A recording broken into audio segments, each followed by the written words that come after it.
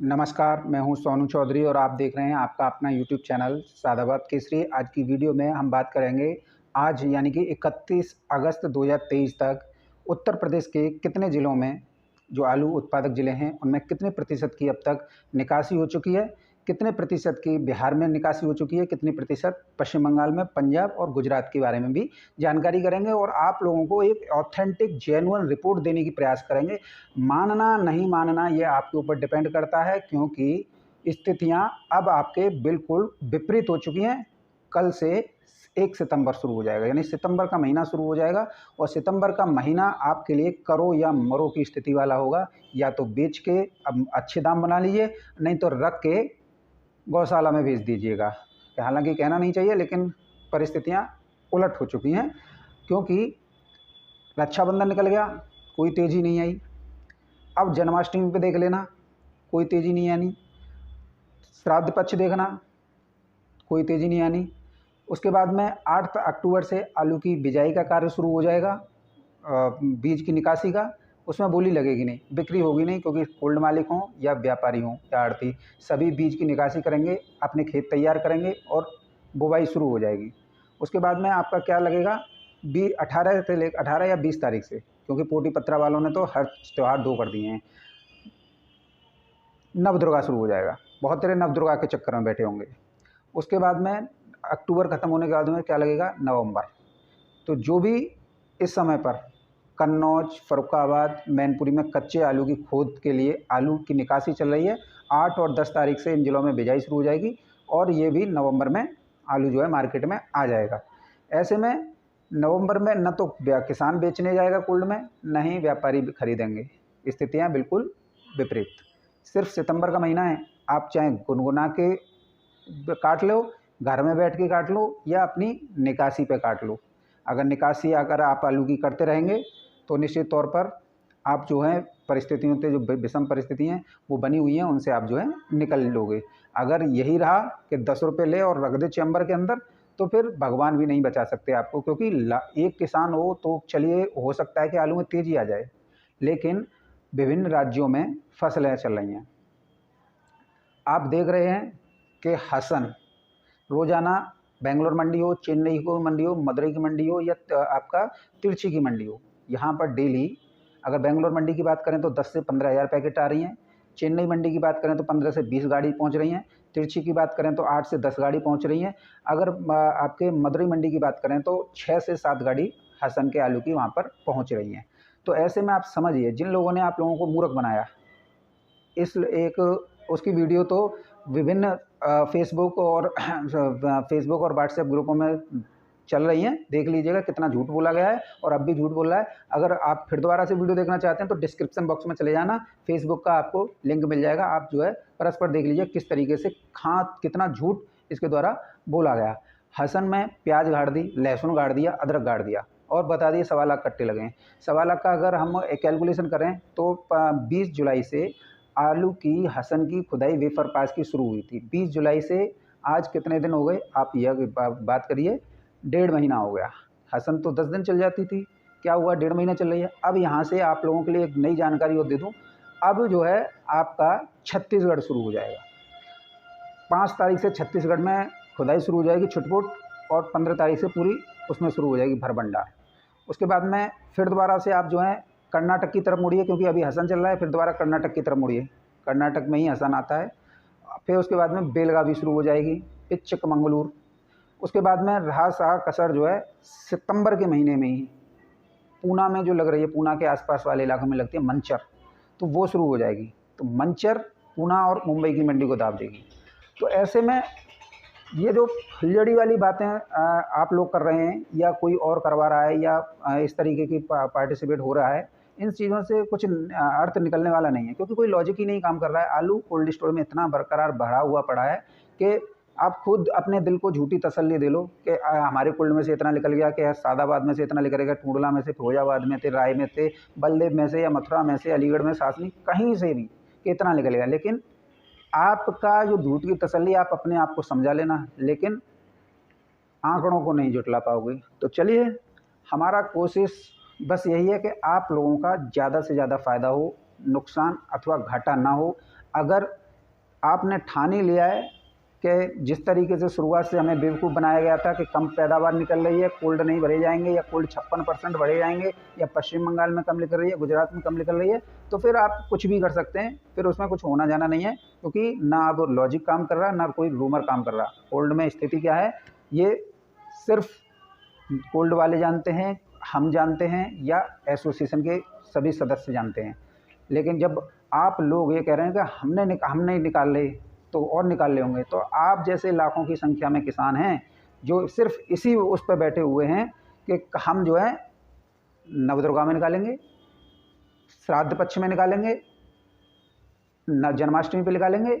लेकिन आप लोग सबसे बड़ी भूल कर रहे हैं कि आप जो हैं आलू की निकासी डे बाई डे बढ़ाकर कि हम 10 दिन बाद निकालेंगे या नवदुर्गा पे निकालेंगे या उसमें निकालेंगे, तो आप जो है बारूद का ढेर इकट्ठा कर रहे हैं। और बारूद का ढेर जब इकट्ठा कर रहे हैं तो वो फटेगा ज़रूर। ये भी आप जान लीजिए कि जो आप बारूद का ढेर इकट्ठा कर रहे हैं ना, ये फटेगा भी ज़रूर।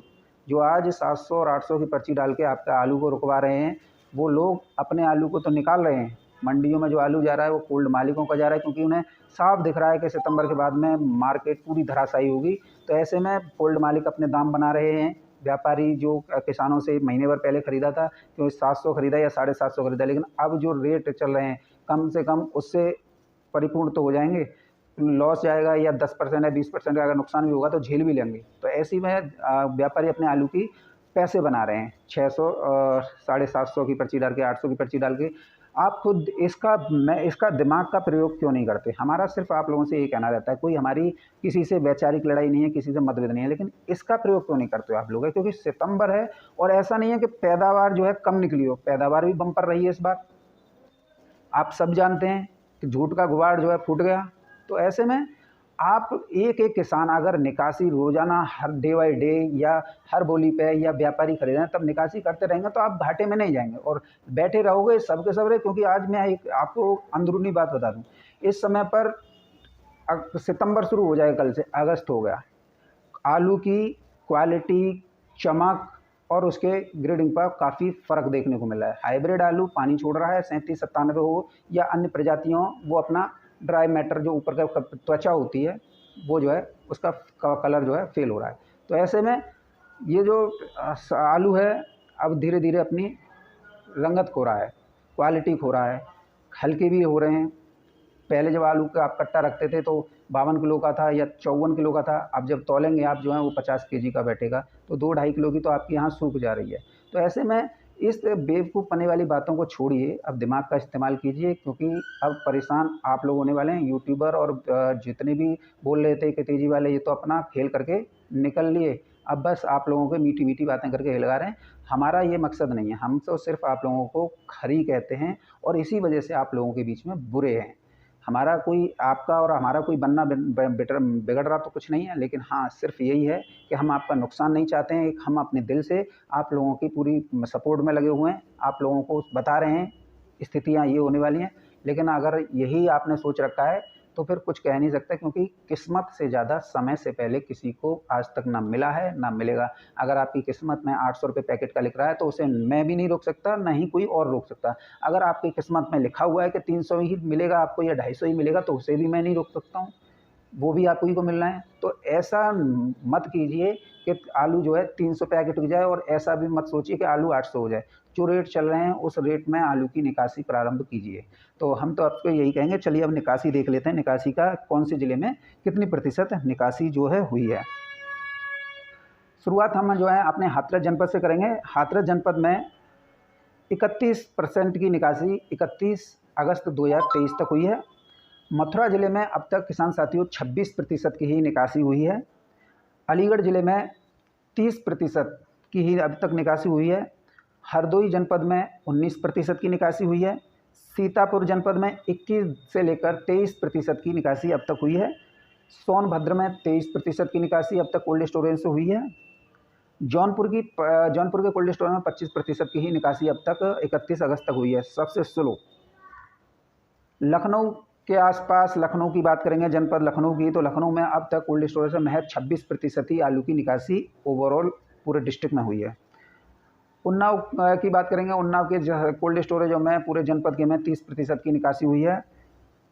गोरखपुर में 21% की निकासी हुई है। कुशीनगर 19%, सबसे ज़्यादा कम 19%। फर्रुखाबाद में स्थितियां में सुधार आया है, 28 से लेकर 31% की निकासी है। अगर बात की जाए आपका कन्नौज की, तो कन्नौज में 28 से लेकर 31% की निकासी 31 अगस्त 2023 तक हुई है, माफ़ कीजिएगा। बलरामपुर में 24% की ही निकासी 31 अगस्त 2023 तक हुई है। कानपुर नगर व कानपुर देहात जनपद में 30% की दोनों जिलों में अब तक हुई है। बाराबंकी में 25 से 26% की निकासी है। रायबरेली में 34 से लेकर 36% की निकासी 31 तारीख तक हुई है। आगरा में 38 से लेकर 39% की निकासी अब तक कोल्ड स्टोरेज से हुई है। आगरा आलू की राजधानी कहा जाता है और यहाँ पर निकासी जो है 38 से 39 के बीच में ही सिमट कर रह गई है, 40 का आंकड़ा भी पार नहीं कर पाई है। बात करेंगे फिरोजाबाद की, तो फिरोजाबाद में 32 से 33% की ही अब तक निकासी कोल्ड स्टोरेज से आलू की हुई है। इटावा में 28 से लेकर 30% की निकासी 31 अगस्त तक हुई है। मैनपुरी में 26 से लेकर 28% की ही निकासी अब तक हुई है। बात करेंगे किसान साथियों बुलंदशहर की, तो बुलंदशहर में 23 से लेकर 26% की ही निकासी अब तक हुई है। बदायूं में 44 से लेकर किसान साथियों माफ़ कीजिएगा, बदायूं में 35 से लेकर 40% की ही निकासी हुई है। और बात की जाए आपकी बरेली की, तो 33% से लेकर 36% की निकासी अब तक हुई है। चंदौसी की जनपद में बात करें, संभल चंदौसी, यहाँ पर 38% की निकासी अब तक हुई है। सहारनपुर में 21% की निकासी किसान साथियों हुई है। मेरठ में 31% की ही निकासी अब तक हुई है। नोएडा में 24% की निकासी हुई है। हापुड़ में 36% की निकासी हुई है। भदोई में 20% की ही निकासी अब तक हुई है। मिर्ज़ापुर में 19% की ही निकासी हुई है। गाजीपुर में 32% की ही अब तक कोल्ड स्टोरेज से निकासी हुई है।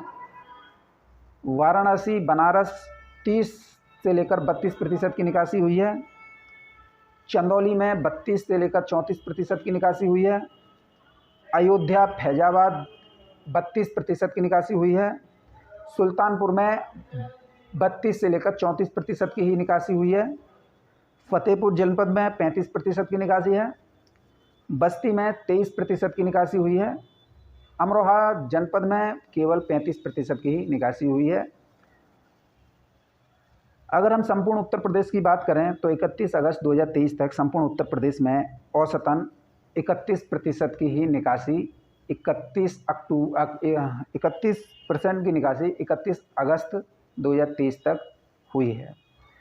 अब आप इसमें 31 में 20% बीज और जोड़ लीजिएगा तो 51% हुआ।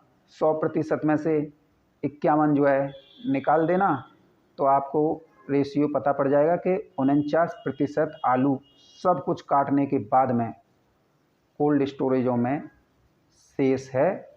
और जब आप इसे काटेंगे तो 49% का निकासी सितंबर में 1 महीना, याद रखिए अक्टूबर में सब अपने काम धंधे में लगते हैं, निकासी नहीं हो पाती है। नवंबर में नए आलू का आगमन हो जाता है मार्केट में, कोई भी आलू नहीं खरीदता है। फिर तो यह है कि ठेल खौंचे और जो पड़ाके बल्ले बनाते हैं ये इन आलूओं को पकड़ते हैं, वो भी बेस्ट क्वालिटी वाले को। ऐसा नहीं पकड़ते जो ढीले हो चुके हों या फफूंद टाइप आ गया हो या कट लग रहा हो या वैसे लग रहा हो, नहीं, वो बिल्कुल एक्यूरेट खरीदते हैं। अब तो ठेल ढकेल खोमचे वाले भी नवंबर में इस तरीके के आलू खरीदने की फिराक में रहते हैं। और बात करेंगे किसान साथियों पश्चिम बंगाल की, तो पश्चिम बंगाल की जैसा कि जानकारी प्राप्त हुई है, पश्चिम बंगाल में 45 से लेकर 46% के बीच में निकासी है।